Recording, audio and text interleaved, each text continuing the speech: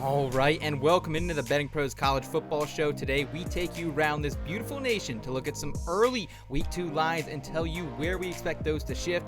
I'm your host, Seth Woolcock, and today I am joined by a man who helped me swing a hot bat in week number 1 of the college football season, coming to you from the state of Texas, Scott, big-time Bogman. What's up, man? Great to be back in the saddle with you again, yet again. I mean, I am glad we got week 1 mainly right, especially my picks on Friday were pretty solid. But, you know, week 0 was bad. Week 1 is good. You take the good with the bad. That's the facts of life, as they told us when we were children. So let's roll it. Let's get into week 2, man. I'm excited for it. Absolutely. I'm here for it. On today's program, we will react to week 1 briefly. Then we're going to give you a first look at the various college football week 2 slates, the noon slate, the 3:30 games, and the primetime slate. We got it all for you, and we can't thank you enough for making us part of your week, whether you're joining us from the Big Ten country, the SEC South, or somewhere in between. We greatly appreciate it. And before we jump in, I wanted to remind you, if you want a chance to score a free signed Chicago Bears DeAndre Swift jersey, courtesy of our friends over at pristineauction.com. All you have to do is subscribe to the Betting Pros YouTube channel right now. Drop a comment below on any of our videos, and that's it. We will be announcing a winner right here on the channel, so make sure you're subscribed. Make sure you turn on those notifications as well, so when a new video comes up, you can claim your prize. All right, the new college football landscape was glorious this past weekend, Boggs. How was the betting card for you overall? Yeah, pretty good. I actually did end up sprinkling a little bit on that Stanford minus the point or plus the points and the overline. Got both of those. Got my A.M. Prop as well. I was right on the Vautech Vandy over, not for the correct reasons, but I was right there. I, sweated out Iowa under by the hook. We got that one, so that was nice.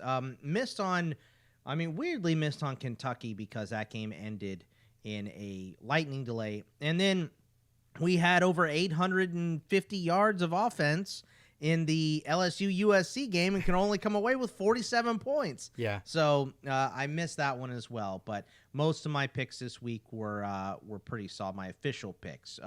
Leans were okay. Mm-hmm. That's why I told people to maybe avoid some of those big games. Notre Dame beating A&M was a surprise, obviously, for a lot. Penn State, a lot of people were on. West Virginia, I know you were happy about that one as well. And, taking the points worked in some spots and it didn't work in other spots. So week 1 is always weird.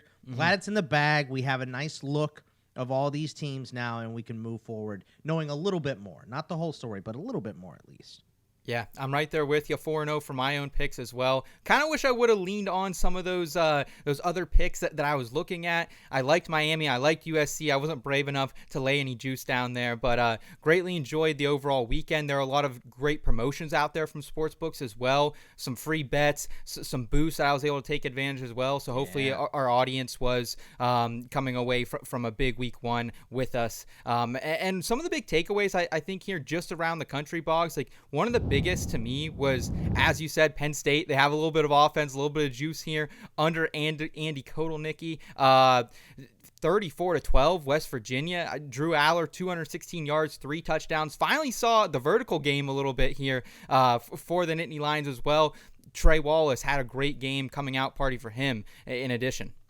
Yeah, Aller looked amazing. Kotelnicki had motion like we saw at Kansas, really opening things up, getting those players open in space, which is exactly what they need. It was a little too, here are guys, beat them, and there are teams that can beat you if you're not going to disguise things and roll stuff. So it was nice to see Kotelnicki get Aller, maybe on a track to be a draft pick as well. We'll see if this translates. Would have liked to have seen that over, and I don't know what they were doing with Julian Fleming not getting a reception, but these are week 1 things. That's why we don't dive too deep into especially player props in week 1. Billy Napier, is there anyone more on the hot seat than him after Florida gets absolutely rolled here by Miami 41-17? The memes from this game are great, Boggs. I don't know if you've seen them, but there are some depressed Gators fans on Saturday. It's tough in the swamp right now. Billy Napier seems to have lost this team, and this there is no one hotter, as you said. There's no one hotter. He was hot coming in. It was kind of a, hey, look, maybe he gets off to a nice start and we can salvage this. We're paying him a lot of money. You never want to be the next Jimbo, right? But you might be the next Jimbo. So I think it's going to be a quick hook for Napier. Maybe one of my favorite takeaways, because it was something I was heavily on. I said it last week, and it is confirmed now. This isn't your older brother's Clemson team. They dropped 43-3. They dropped 34-3 to the number 1 ranked Georgia Bulldogs here. No Trevor Etienne. Georgia didn't mind though. They got it done. A lot of those transfer wide receivers stepped up as well. Any thoughts here on Clemson, Georgia? I know you thought it might be a little bit closer and maybe not the schlapping we saw there from Georgia. Yeah, I mean, I still had Georgia minus the points, even though it was big, but I did not expect this. And Klubnik just did not seem to take a step at all. Yeah. And, this is a game you prepare for all offseason. You were a powerhouse team, Clemson, and I thought, okay, Florida State goes down in week 0. Maybe this opens up the door for the ACC and Clemson.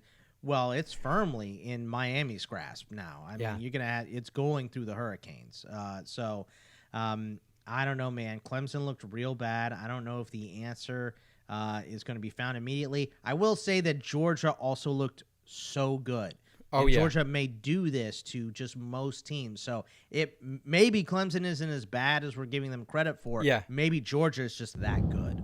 So that could be possible as well. That's it's tough to gauge when you go up against either a really bad team or a really good team after week 1. But this was a dismantling from top to bottom for Clemson. They do not look good. Any other major takeaways here from week 1 that sports bettors can use to their advantage moving forward here, Boggs? I don't know that there's so much. I mean, I like the way Alabama looked, obviously. We'll talk a little bit about Utah in a bit. They looked really good. Tennessee looked like they were on fire. Texas came out firing. Oregon didn't look like we thought, but I think that's a bit of a mirage. So we'll get into Oregon a little bit later in the show. But yeah, there's a lot to pull, but there's a lot of overreactions going right now. So I'll just say this every week. The most important week of betting is this week. This is the most important. We're trying to get this week right. Last week is last week. We're moving forward.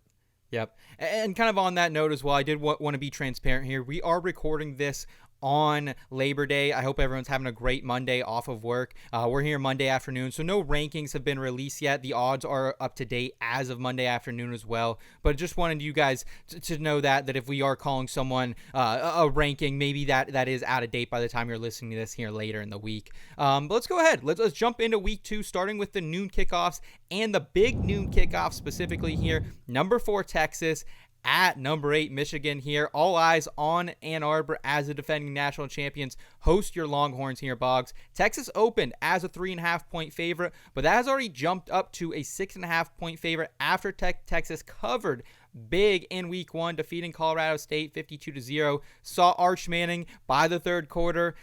New transfer wide receivers looked great. Isaiah Bond coming over from Alabama. Matthew Golden showing out as well. And meanwhile, I hate to be the bearer of bad news, but it was not an orgy for week 1 for Michigan in week 1. Davis Warren actually got the start there at quarterback. We did see Alex Orji, the dual threat quarterback, mixing in a little bit. They did not cover, though, either way against Fresno State here or hit the over. They did win just 30-10 and were only up 10-3 at the half. Michigan has now played 3 of their last 4 games, Bogman, to the under dating back to last season.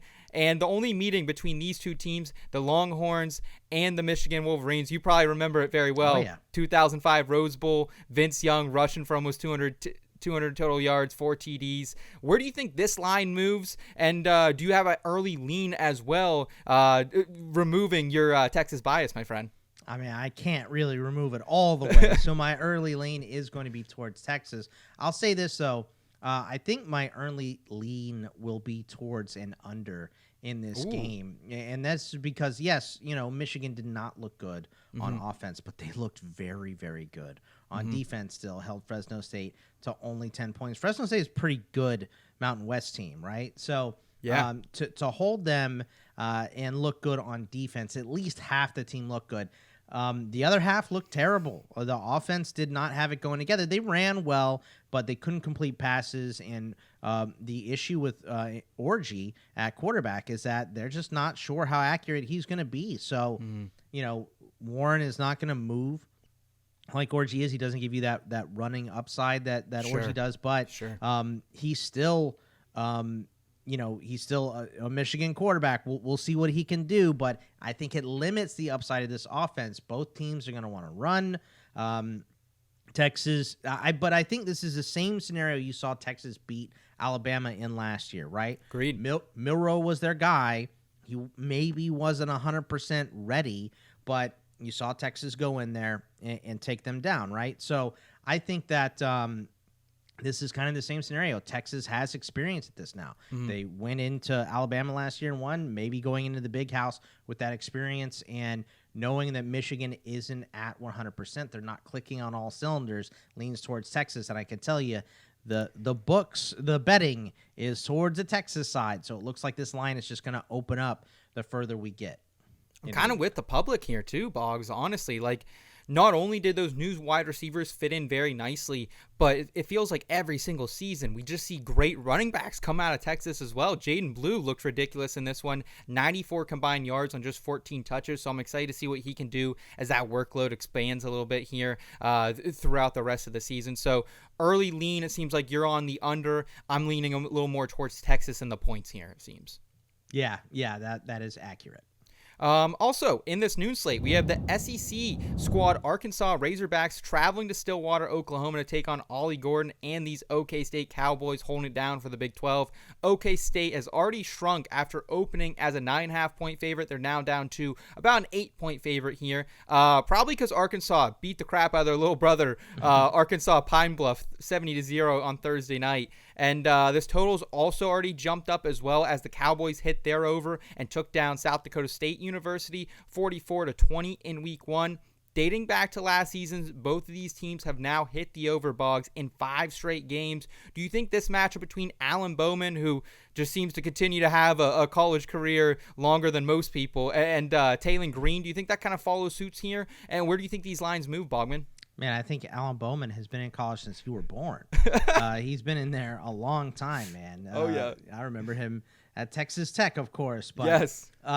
This line, I think people are not giving South Dakota State enough credit. Like, that was the back-to-back FCS champs, Mm-hmm. right? Number one in the FCS. And Oklahoma State handled them. I mean, Agreed. Looked good doing it as well. Arkansas they're a much better team than they were last year, and we saw that in a 70-point run-up. And you heard other fans complaining about it being classless. And if you don't want them to score at the end of the game, stop it. I am so sick of that nonsense. Same. But unless I have the under, then don't score and you're classless, and I hate you. But look, Arkansas looked awesome.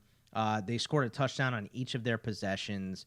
They didn't have their leading wide receiver from last year, Andrew Armstrong. Okay. Yeah, I don't know if he's going to play in this game either, which definitely hurts. But I don't know. This game, I think I like the over. I think I like the points here. Early, trends have been towards, or at least projections have been towards the over. I think Oklahoma State's going to be able to score.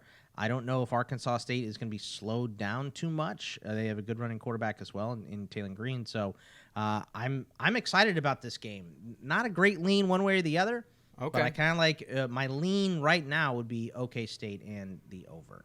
That's kind of where I am, honestly. Like, if things continue throughout the week, the vibes continue strong in that direction, I might even do like a little SGP taking both the points there and the over on this one. I don't hate that at all. Let's go ahead, though, Boggs. Let's move into what I'm calling the buzzing slate this weekend, because I'm hoping to have a good jag rolling by the time this unwinds on Saturday afternoon at 3:30 p.m. Eastern time. I'm shooting a round of golf, 7:40 in the morning. Hope to be back home by noon, and then yeah, 3:30. I'll hopefully be feeling real good there. We are going out to Iowa City here as the Hawkeyes are trying to defend the Cy-Hawk Trophy against Iowa State. This was a previously 25th ranked Iowa Hawkeyes team. However, I say previously because without Kirk Ferentz last week, the Hawkeyes blanked Illinois State 40-0 in the opener, led by 3 TDs from Cade McNamara. Maybe they move up a little bit here in the rankings, Boggs? You think maybe they're 24, 23? They could easily move up. They probably will move up for sure. They look good on offense, and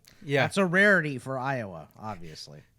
No doubt about it, because depending on where you got them, they still probably hit the under here, and that would be their 10th straight under they've hit dating back to last season as well. Iowa State also hit the under against North Dakota here, but did cover, winning 21-3. They only outgained the Fighting Hawks 353 to 295 total yards in that one.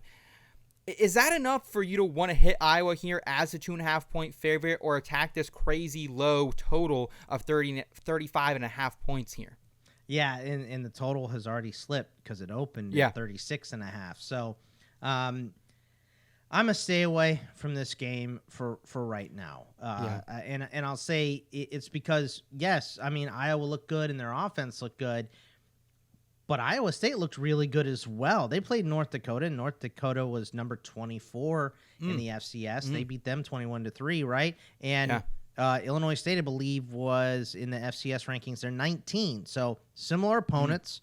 Obviously not as much on offense for Iowa State, which I think is to be expected. So this game has gone under 2 years in a row, and it's been ridiculously low totals there as well.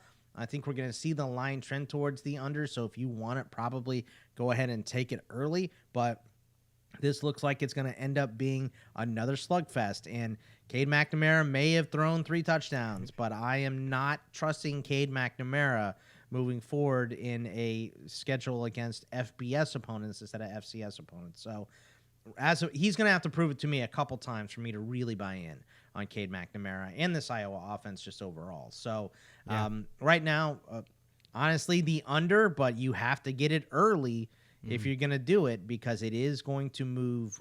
It's already moved, and I think it's going to trend down. If you want more encouragement on that under, as Boggs alluded to, it's hit in the last 2 games between these rivals. Also hit in the last 4 going all the way back. Iowa's won 3 out of the 4. So I don't hate, like, if you want to drink a little juice on this game, for me, my favorite play probably is the Iowa money line, minus 143. Like, I don't think I want to mess around with the points here in a week 2 rivalry game, Boggs. I could literally see this one being a one or 2 point game. So I think if I do want to get on Iowa, it's probably the money line early. And would you expect that money line to possibly inflate, or do you think maybe this goes closer to pick 'em by Saturday? I think it stays pretty close. I don't know that unless we have some injury report that's surprising, which we don't usually get anyway. Maybe some weather report also could happen. It's a little early to be looking at that as well. But I think it's probably going to stay close to pretty much a pick 'em and a coin flip. Okay. Shifting to the land of the Mormon here. Salt Lake City, Utah, where the high-profile Utah Utes will battle Big 12 rival Baylor. Cam Rising is back for the Big 12 favorites and took care of business 49-0 against Southern Utah in week 1. But Baylor also looked as advertised, winning 45-3 against Tarleton State. Utah won last year in this game 20-13 as the underdogs. They now come back here with Rising fully healthy as the 15.5-point favorite. Do you think that number sticks there, Boggs? I mean, it's already trending towards Baylor, and a lot of the cash and tickets have been on Baylor as well. And I don't know if I really like that. I got to be honest. I think Utah is a different team with Cam Rising and Brant Keithy in there, and they hooked up for 3 touchdowns. It was Southern Utah, who's not a good FCS team, right? So a dominant performance. Same thing for Baylor. Tarleton State's not a dominant or a good FCS team, and they beat them into the dirt. The transfer guys looked really good. I think the difference in this game you're going to see is up front with the Utah offensive line versus the Baylor defensive line. I think that is going to be the difference in this game. So we see trending towards Baylor, and I really like this offense that they had. The transfers came in. Daquan Finn from Toledo is one of my favorite QBs to watch. I just don't know if I like the fit yet of everybody working together. It looked really good against Tarleton. We'll see how it looks against Utah on the road. In Utah too. Yeah. It's just not a good combo. So I like this line moving towards Baylor. If that trend continues, sit on it. Wait and get it at the last possible minute, because I think I'm going to be on the Utes here. I know a lot of people like to make fun of Salt Lake City sometimes, and some of the meme culture kind of associated with that. But Boggs, this is actually like a very tough place to go into. I remember last year, there were some games I turned on and it was hard to hear for those quarterbacks. So BYU too. I mean, the fans show up in Utah, man. They do. You put a good team together. The Jazz, just the history of sports in Utah. If you put a good team together there, they will show up. If you build it, they will come. And before we continue, I wanted to remind you to join our college football podcast group. Sync your picks and use our quick pick feature on the Betting Pro sports betting app and get a chance to win free prizes. You can elevate your betting strategy and join the conversation today at bettingpros.com/college. All right, heading into the primetime slate, Alabama is a 30.5-point favorite in Tuscaloosa against the South Florida Bulls here. The Kalen DeBoer era got underway in spectacular fashion here, beating Western Kentucky 63-0. The over hit there, the spread hit obviously as well. But will these South Florida Bulls be more of a challenge, you think, here, Boggs? They beat BCU 48-3 in week 1 and only lost 17-3 last year against Bama. Do you think this Bama fever that we all have right now is going to catch up with us here as we approach week 2? I mean, I have it. I think you need it right now with what they look like against Western Kentucky week 1. They looked absolutely dominant. And, I think you could have gotten into a potential sleepwalk scenario for Bama in this USF game, which is what we saw last year. There's also a lightning delay in last year's game, which made it weird. Milroe was not hitting his stride yet against USF. I believe the other QB, I can't even remember who it was, started in that game, and Milroe came in later, I think. But that game was brutal, and I think because they had that experience, even though Kalen DeBoer wasn't there, you can't sit on your hands. I think they're going to go into this game prepared. Yeah. They're not looking ahead to Wisconsin. They are going to go in and take care of business. So I think the line is big for a reason. And I think this year, if I was to pick a side, I would be on the Bama side. But I also expect it to probably open up a little bit towards Bama. So we'll see what happens in this game. But Bama is not going – the only reason I even put this on the sheet – because usually we're not messing with spreads this big on the Monday show. Yeah, sure, it comes one way or the other. It's still enormous, right? So, but it's because of last year and maybe people wanting to jump on that South Florida side. South Florida looked good against Cookman, right? Like they look really good, but I'm not going to bank on them. I think Kalen DeBoer is proving his point. He did it last week. I think we're going to keep the foot on the gas this week as well. So I think this line could get even bigger. So that tells me, I'm probably getting down on this today, honestly. I want to back Bama. I have the Bama fever. They helped me to the over last week, so I think I'm going to go back in here, Boggs. So you're saying to do it now? I think I would probably do it now because Bama looks so good. And when Bama looks good, I also think some projection systems are going to show favor towards Bama. Oh, yeah. So I think it's going to open up. So, if you do want to be on the Bama side, probably do it now. Okay. All right. Awesome. Moving to maybe my favorite matchup of the weekend, primetime, and the Colorado Buffaloes travel to Lincoln, Nebraska to battle Matt Roll's men, who are 7-point favorites here. It was kind of a dicey time for Colorado to open up here in week 1 against North Dakota State. They did win 31-26.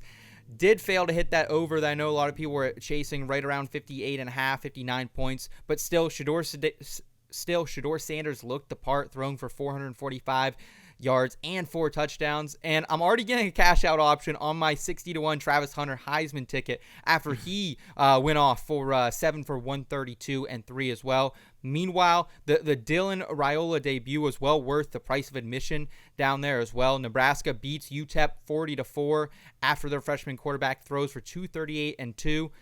I like Nebraska here, I think, initially, Boggs, but I am inclined to maybe wait here because I think the public will probably back Colorado as the week approaches. Maybe this line opens up here a little bit, especially when you consider that they have beat the Cornhuskers the last 3 times, including a 36-14 whopping last season. Do you think the same here?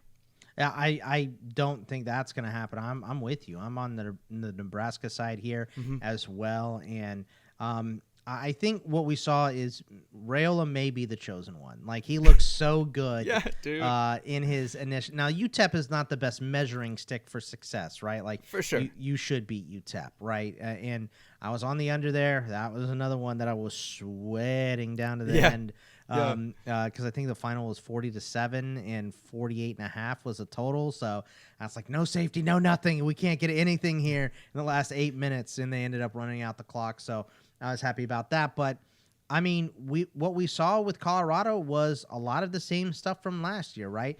Couldn't run the ball. They were 118th in yards, or 117th in rushing yards per game at 59 last season. Okay, and they rushed for 59 yards against North Dakota State again. Yeah. So it's going to make you one-dimensional, which is not good against a stronger team, especially on the road. I mean, Big Red is going to be going – these guys are going to be going nuts for this game with Colorado coming into town. So I'm not really sure I'm sold on this one way or the other. My early lean would say I would go towards Nebraska. I mean, Colorado's defense still didn't look good, so the over maybe as well. I just don't know. I just don't know quite yet how good is Nebraska's defense.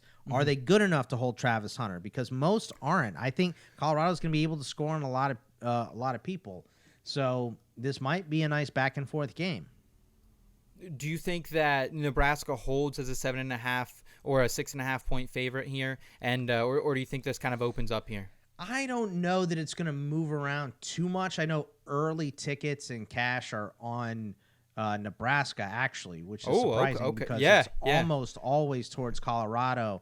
But I think we're going to see people betting, later this week in Colorado's favor. So maybe it doesn't move too much, maybe a point, half a point, somewhere in that neighborhood. I think the total could go either way. But I right now, tickets and cash are on the Nebraska side early. I think I'll probably wait to place that bet for Nebraska probably then until later in the week. Hopefully some of that public money does come back on Dion and the boys. Meanwhile, we got a ranked-on-ranked matchup in Raleigh, North Carolina, where North Carolina State hosts Tennessee, who come in as 7.5 point favorites. Tennessee looked nice under new starter Nico Iamalevala. Trying to get that one right. That's going to take me a minute there. Just say Nico. Everybody knows who you're talking about. There we go. Threw for 314 yards in his debut, beat Chattanooga 69-3. Dylan Sampson, also a weapon in this backfield, took 12 carries for 124 yards and 3 touchdowns. Meanwhile, North Carolina State kind of took some time to get going here. Didn't really get up to speed early. Trailed actually heading into the fourth quarter against Western Carolina here. And then the floodgates kind of opened. 3 fourth quarter touchdowns. They win 38-14, but it was a much closer game than that score indicates here. Not a ton of history here, Boggs. These teams haven't played each other since 2012. But my early lean is to lay the 7.5 with the Volunteers. What say you, and do you think this one opens up at all? Yeah, I mean, I'm not sure which way it's going to go, but I can tell you right now, actually, I do know which way it's going to go. Tickets are, and even worse than what I saw it at last night on Sunday night, tickets and cash are heavy on Tennessee. Yeah. So this game is going to open up. So as you said, maybe get this one early. I mean, look, Tennessee just looked good, and they look different. They look different now. Like Joe Milton was 718 awesome. yards. Nico looks like maybe the best quarterback in the country right now. So, what were you going to say about Joe Milton? Well, Joe Milton was good. Like, I thought Joe Milton was good at running this offense, but he just kind of had a cannon. Like, I didn't think he had a lot of touch on his passes. Maybe that's being too critical of him, but like Nico seems like a guy who can kind of place the ball wherever, while Milton just had a freaking cannon on him. Yeah, you're definitely right about that. Milton was definitely a thrower and not a passer, and Nico is a passer. So there's different. He can layer his throws as well. NC State had a bumpy start against Western Carolina. They did score 21 points in the fourth, so maybe we started to see, Grayson McCall, the transfer quarterback, running back Jordan Waters, really start to click late. But I mean, Tennessee not only dominated Chattanooga, who Chattanooga came in as the 9th-ranked FCS team. They're not a slouch. Okay. So,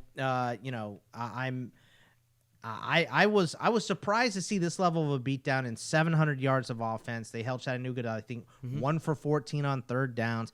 They look good all the way around. They had 46 different players play on defense in this game because they were beating Chattanooga so bad. So they really let everybody play. It was a really great start for Tennessee, and they are clicking on all cylinders to start. So I think it's pretty easy just from the eyeball test to say Tennessee looked great. Let's roll with them, and that's what the public is doing to start.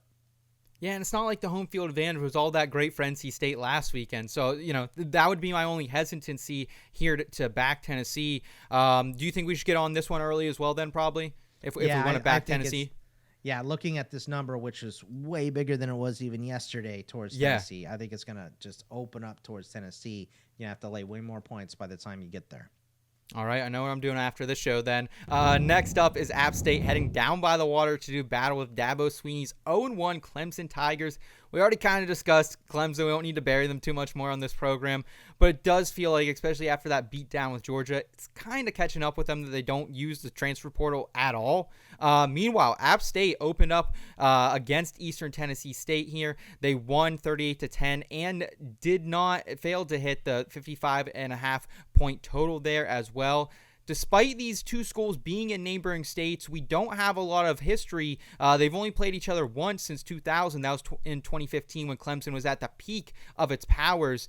Do you trust the Tigers to bounce back against the boys from Boone? And where do you see the 16.5 point line moving, Boggs?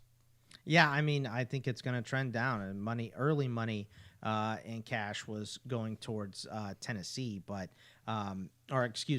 towards App State. It looks like maybe that has switched already today. Now money is coming in on Clemson. So, I just double checked, and it is heading towards Clemson today. So this line is going up and down.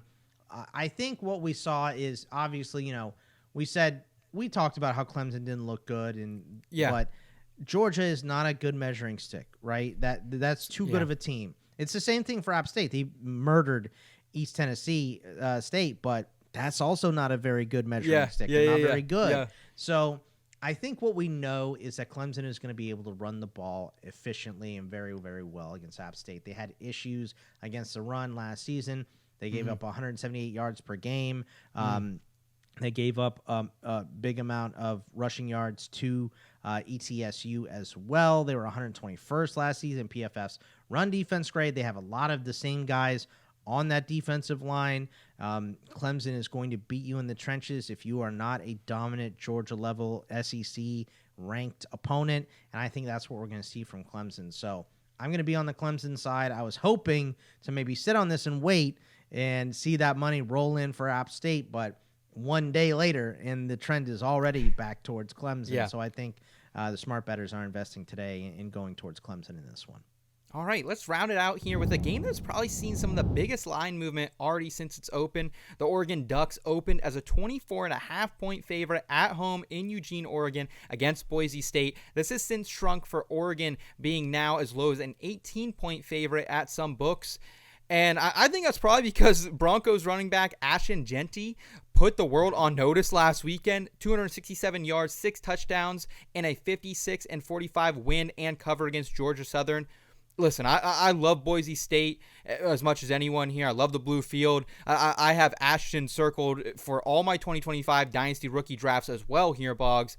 But 18 does not feel like enough for Dan Lanning's Ducks at home. I get it. We didn't get what we thought we would have out of the Ducks in week 1, winning 24-14 against Idaho as a 43-point favorite. Still, this is too talented of a team, right? Dylan Gabriel at quarterback, Tez Johnson at wide receiver. You got to lay the points on Oregon. Am I crazy?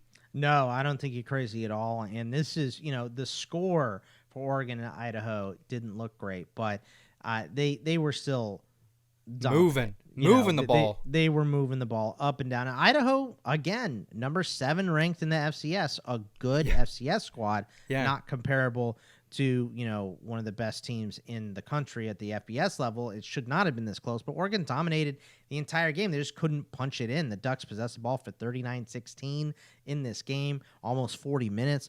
They had 487 yards of offense. They held Idaho to 217. They had 31 first downs. They did have 8 penalties, 2 failed fourth down conversions, and Gabriel took 3 sacks.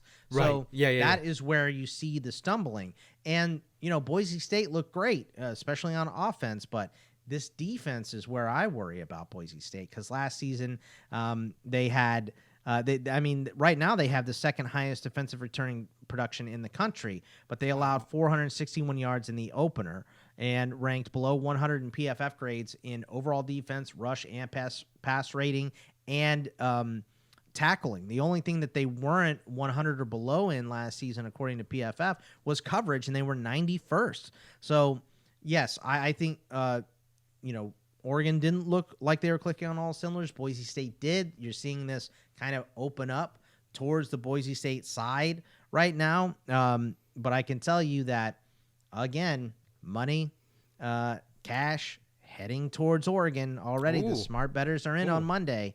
And they are going to push this line probably back closer to where it opened up at by the time we get there at the end of the week, and I think that's the right play. All right, so get in on it now is what Boggs is kind of saying. If you want to back Oregon, this line is going to move probably back in the direction, and I appreciate that. I'm looking forward to that showdown here on Saturday night. And all right, that'll do it for us today on the Betting Pros College Football Show. We'll be back later in the week with our picks and prediction program. Until then, like this video if you enjoyed it, subscribe to the Betting Pros YouTube channel and podcast feed, plus download the Betting Pros app. He's Scott Bogman. I'm Seth Woolcock. Take care, y'all. Thank you.